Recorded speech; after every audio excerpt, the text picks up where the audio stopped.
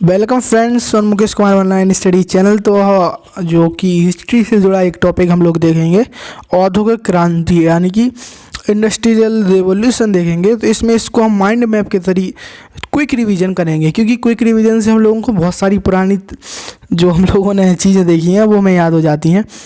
तो quick revision के अंतर्गत इसका परिचय और ये कहाँ हुई, पहले क्यों हुई, क्या क्या इसमें चीज़ें हुई, इसके परिणाम क्या क्या हुए, ये सारी चीज़ें हम लोग इसमें देखेंगे। तो चलिए माइंड मैप देखते हैं। माइंड मैप में एक ज़रूरी बात रहती है कि इसकी स्टडी में हमें बहुत सारे फ़ायदे हो जाते हैं, इसलिए क्विक रिवीजन के थ्रू हम लोग इसको समझ सकते हैं।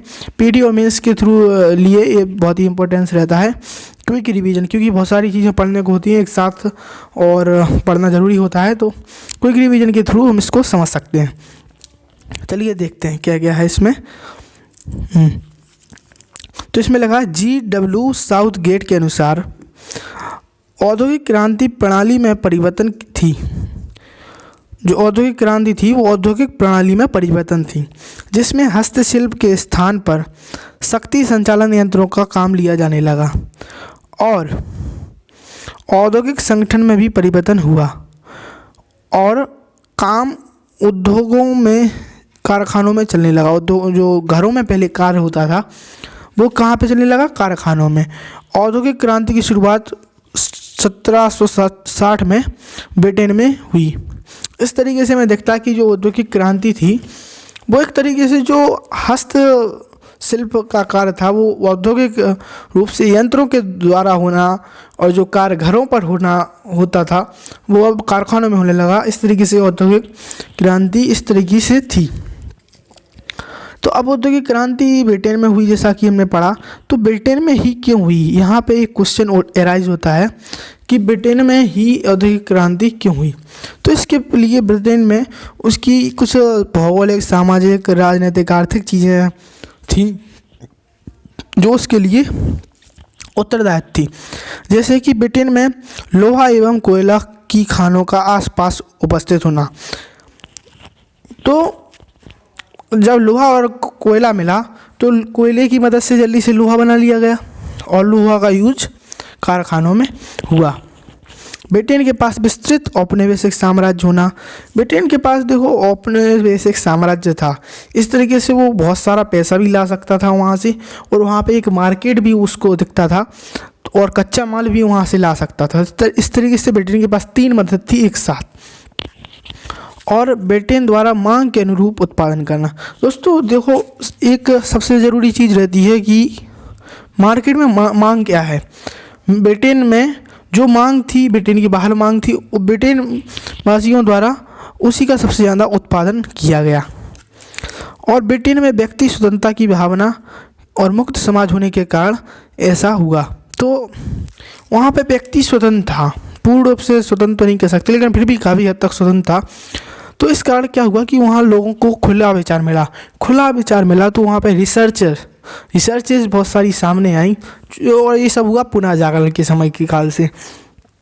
तो बहुत सारी रिसर्चेज सामने आई, तो इस रिसर्चेज की वजह से बहुत सारी नई चीज़ें सामने आके देखी। और अर्ध कुशल कामगारों की उपलब्धता। वहाँ पे श्रमिक उतने कुशल नहीं थे, तो वहाँ पे मशीनों का इस्तेमाल सही समझा गया, क्योंकि अगर श्रमिक, जैसे भारत जैसे देशों में बहुत कुशल श्रमिक रहते थे उस समय के हिसाब से, तो यहाँ पे कई लोग मशीनों का कार्य तो वैसे ही पसंद नहीं करते, वो अलग मैटर है खैर। तो लेकिन फिर भी अर्धकुशल कारीगरों की वजह से वहाँ पर कारखानों की स्थापना उचित समझी गई। और एक नेक्स्ट पॉइंट है फ्रांसीसी क्रांति और नेपोलियन की युद्धों से आधुनिकीकरण को बढ़ावा। एक्चुअली क्या हुआ कि नेपोलियन और जो फ्रांसीसी क्रांति हुई उसकी वजह से एक बहुत बड़ा व्यापक चेंज आया। नेपोलियन की वजह से एक राष्ट्रवाद जैसी भावना लोगों के मन में घर कर गई, और एक एकीकरण की भावना जैसे इटली में आई और ऐसी बहुत सारे अदर्स कंट्री में भी आई। तो उसकी वजह से भी लोगों को एक नई चेतना का विकास हुआ लोगों के अंदर, और युद्ध के कारण जो हथियारों हैं और चीज़ें हैं उसकी डिमांड बढ़ी। तो इस तरीके से औद्योगिक क्रांति देखने को मिली। ब्रिटेन में शांति व्यवस्था का होना। देखो, उद्योगों के लिए सबसे ज़रूरी होती है वहाँ पर शांति हो। अगर वहाँ पे अस्थिरता होती है तो उद्योग चीज़ें ग्रो नहीं कर सकती। जैसे अफ़गानिस्तानी को देख लें, तो अभी के समय अफ़गानिस्तान में इतनी अशांति है कि वहाँ पे कोई उद्योग लगाना ही पसंद नहीं करेगा। तो ब्रिटेन में शांति थी, इस तरीके से वहाँ पे औद्योगिक व्यवस्था बन सकी। पर्याप्त पूंजी का होना, एक्चुअली क्या था कि ब्रिटेन के पास बहुत सारे उपनिवेश थे और इस वजह से उसने बहुत ज़्यादा जो लाभ है धनार्जन किया था, तो उसके पास पूंजी भी उपयुक्त थी। बैंकिंग व्यवस्था का प्रारंभ होना एक सबसे बड़ी वो चीज़ रही है। बैंकिंग व्यवस्था इंग्लैंड में शुरू से ही स्ट्रॉन्ग होती चली गई, तो बैंक से अब लोग ऋण भी ले सकते थे, तो इस तरीके से लोगों को पूंजी भी मिलने लगी। और जब पूंजी मिलने लगी तो लोगों ने जो उद्योगशीलता की भावना थी लोगों में वो बढ़ी। और ब्रिटेन की अनुकूलित भौगोलिक स्थिति, एक्चुअली क्या है, ब्रिटेन है जो कि तटीय देश है, तो तटीय देश होने की वजह से यहाँ पर आसपास यहाँ से आसपास जो समुद्र से जाना और वहाँ पे माल बेचना, वहाँ से कच्चा माल लाना आसान होता है। और दूसरी बात कि यहाँ की जो जलवायु है शीत और नम थी, तो नम जलवायु में सूत काटना बहुत आसान होता है। तो इस तरीके से यहाँ पे जो सूती कपड़े के उद्योग हैं वो भी काफ़ी हद तक विकसित हुए। तो यहाँ पे कौन कौन सी चीज़ों का आविष्कार हुआ वो हम चीज़ें देखने को मिलेंगी, तो पढ़ेंगे। जेरोथ्रोटल द्वारा बीज बोने की ड्रिल मशीन का आविष्कार हुआ। 1793 में अमेरिकी निवासी विटनेज ने अनाज के भूसे से अलग करने वाली मशीन का आविष्कार किया। 1733 में जॉन के नामक बुनकर ने तेजी से कपड़ी बुनाई करने वाली फ्लाइंग शटल मशीन का आविष्कार किया। 1769 में रिचर्ड आर्कराइट ने वाटर फ्रेम नामक सूत काटने का यंत्र बनाया। मकाडम द्वारा सड़क निर्माण की तकनीक का विकास हुआ। जेम्स वाट, ये बहुत फेमस आविष्कार हुआ जो वाष्प इंजन का था, इसने जो यातायात के जो क्षेत्र हैं उसमें क्रांति ला दी। सैमुअल मॉर्स द्वारा तार यंत्र का आविष्कार हुआ। हेनरी बेसमेयर द्वारा इस्पात तकनीक की निर्माण की नई तकनीक खोजी गई और जेम्स ब्रुडेल द्वारा नहर बनाने की तकनीक खोजी गई। ये इतना इम्पोर्टेंस पार्ट नहीं है, फिर भी हमने माइंड मैप में है तो पढ़ लिया। नेक्स्ट देखते हैं, औद्योगिक क्रांति से जो चेंजेस थे वो कहाँ पर कौन से चेंजेस आए। तो सबसे पहले बात करेंगे आर्थिक बदलावों की। तो आर्थिक बदलाव में कौन कौन से बदलाव देखने को मिलते हैं। तो आर्थिक बदलाव में हमें देखने को मिलता है उत्पादन और वाणिज्य में असाधारण वृद्धि हुई। जो एक उत्पादन के चीज़ें हैं, लोगों को अब उत्पादन बढ़ गया, तो उत्पादन वृद्धि से लोगों की ज़रूरतें भी पूरी होने लगी। तो जो व्यापार में एक नई चीज़ सामने आई, लोग ज़्यादा चीज़ें भी खरीदने लगे। बैंकिंग और मुद्रा का विकास हो गया, क्योंकि अब उत्पादन ज़्यादा होता था तो लोग चीज़ें खरीदेंगे भी। तो इस तरीके से, और उत्पादन के लिए पूंजी भी चाहिए पड़ती जो कि बैंक से ली गई। तो एक बैंकिंग और मुद्रा जो क्रम था, मुद्रा की चीज़ें थी, मुद्रा जैसे बनती है सब चीज़ें हैं, तो मुद्रा का भी विकास बड़े स्तर पर हुआ।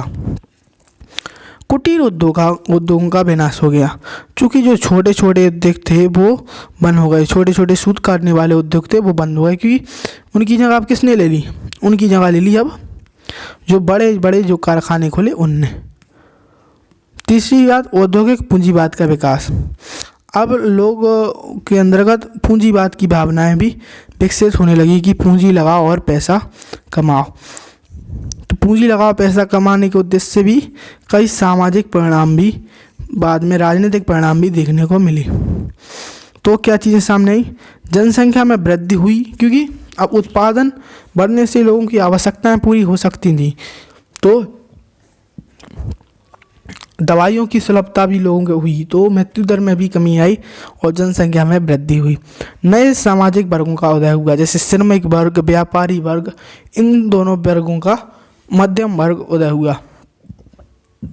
लेकिन श्रमिकों के लिए बहुत बुरा हाल हुआ। शहर विकसित हुए और शहर विकसित होने के क्रम में श्रमिकों की दशा थी वो दयनीय होती चली गई। श्रमिकों को ज़्यादा कार्य करना पड़ता था, काम के घंटे अनिश्चित होते थे और वेतन भी अनिश्चित होता था, कोई सिक्योरिटी नहीं होती थी, बस काम करते रहो। इस तरीके से वो मलिन बस्तियों में ही रहते थे, कोई भी उनका जीवन स्तर सही नहीं था। मानवीय संबंधों में गिरावट है, क्योंकि अब औद्योगिकरण हुआ तो पैसा श्रेष्ठ समझने लगा, पैसे के बल पर अब कोई भी कुछ कर सकता था, तो एक मानवीय संबंधों में भी गिरावट देखने को मिली। अब देखते हैं राजनीतिक परिणाम क्या हुए। तो मध्यम वर्ग की राजनीति महत्वाकांक्षा का उदय हुआ, क्योंकि एक मध्यम वर्ग जो कृषक था, बड़ा कृषक था यानी व्यापारी था, वकील था, वो भी अब सामने आए, डॉक्टर था, शिक्षक था, वो भी राजनीतिक प्रक्रिया में भाग लेने लगा। और जब श्रमिकों को दिक्कत हुई तो श्रमिक आंदोलन का भी उदय देखने को मिलता है। तो श्रमिक आंदोलन का भी उदय बड़े स्तर पर हुआ, क्योंकि श्रमिकों का अधिकार का शोषण हो रहा था। और उसके बाद हमें देखने को मिलता है राजनीतिक लोकतंत्र की मांग, क्योंकि अब लोगों को बहुत सारी सुविधाएं चाहिए थी, तो एक राजनीतिक लोकतंत्र की मांग भी उठने लगी, क्योंकि अब वो लोग भले ही पैसे वाले थे लेकिन उनके पास राजनीतिक अधिकार नहीं थी, तो उन लोगों ने राजनीतिक अधिकार की मांग भी शुरू की। किसने? मध्यम वर्ग के लोगों ने। औपनिवेशिक प्रतिस्पर्धा का शुरुआत, क्योंकि अब औद्योगिक क्रांति हुई तो कच्चे माल, व्यापार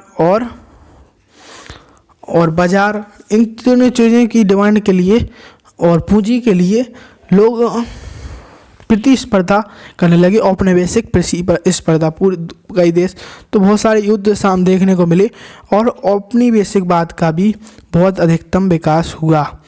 और औपनिवेशिकवाद के विकास से ब्रिटेन, जर्मनी, इटली, बहुत सारे देशों ने कई देशों में अपने उपनिवेश बनाए। आर्थिक उदारवाद का स्वागत, जब व्यापार बढ़ा तो लोगों ने आर्थिक उदारवाद का स्वागत किया, क्योंकि इससे बहुत सारी नई चीज़ें या नई तकनीक देखने को मिली। और जब श्रमिकों का शोषण हुआ, बहुत ज़्यादा पूंजीवाद बढ़ा और श्रमिकों की दशा देनी हुई, तो वहाँ से समाजवाद का भी विकास हुआ, क्योंकि जहाँ पे औद्योगिकरण हुआ, और क्योंकि कार्ल मार्क्स ने कहा था जहाँ भी कोयला और लोहा पाया जाएगा वहाँ पे औद्योगिकरण होगा, औद्योगिकरण की वजह से समाजवाद भी बढ़ेगा और समाजवाद के बाद साम्यवाद का विकास होगा। इस तरीके से समाजवाद का भी विकास विभिन्न देशों में देखने को मिला। तो समाजवाद भी लास्ट में उभर कर देखने को मिलता है। तो इस तरीके से हमने जो औद्योगिक क्रांति थी उसकी सारी चीज़ें डिस्कस की। और इससे हमारा ये हो गया कि हमारा 5-10 मिनट में 10 से 13 मिनट में एक पूरा एक टॉपिक था वो कंप्लीट हो गया और हमारी पुरानी चीज़ें भी याद आ चुकी हैं। तो हमें रिवीजन करते रहना चाहिए, बहुत जरूरी रिवीजन होता है। आई होप आपको ये माइंड मैप अच्छा लगा होगा। ये दृष्टि IAS से बिलोंग लगता है माइंड मैप, मैं बता दूं मैंने इसको नहीं बनाया। और नेक्स्ट बात की, अगर आपको अच्छा लगा हो, समझ में आया हो कुछ तो आप इस चैनल को लाइक करें, शेयर करें, सब्सक्राइब करें। Thank you.